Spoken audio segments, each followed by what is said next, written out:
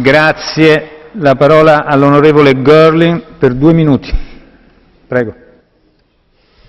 Thank you, Mr. Chairman, and thank you to Commissioner Barnier for his resume of the work on the digital single market through the last legislature, which of course we all found very interesting.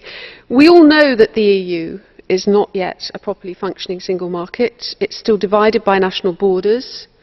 It's still not properly functioning. It's still not attractive to digital start-up companies because it cannot offer seamless access to the market.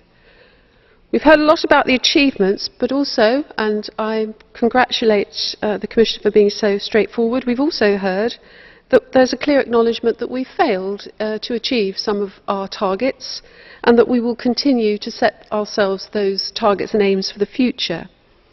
I'd like to draw colleagues' attention to the joint paper on priorities put together by 11 member states, including the UK and Germany, because I think it does, to some extent, the job of setting out how we should go forward.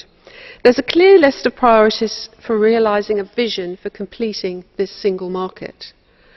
I'd like to focus my remarks on simply one of these areas.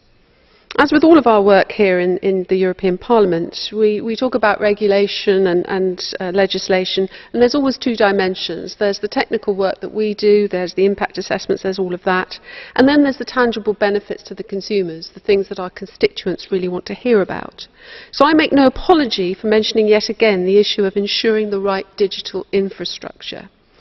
Connecting every citizen is still a work in progress, both in terms of broadband speeds and mobile connectivity, particularly data services. In my own region of 5 million people, 1/4 still do not have access to either of these benefits.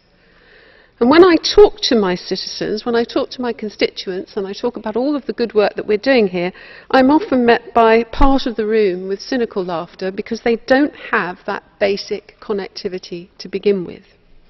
So let's forge ahead on all of the fronts that people have talked about. I support them all.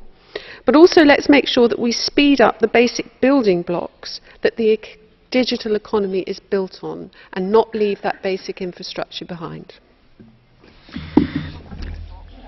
Grazie. La parola all'onorevole Torvalds per 1 minuto e mezzo. Thank you, Chair. If words could be transformed into action by digital means, the digital single market would certainly be in place already.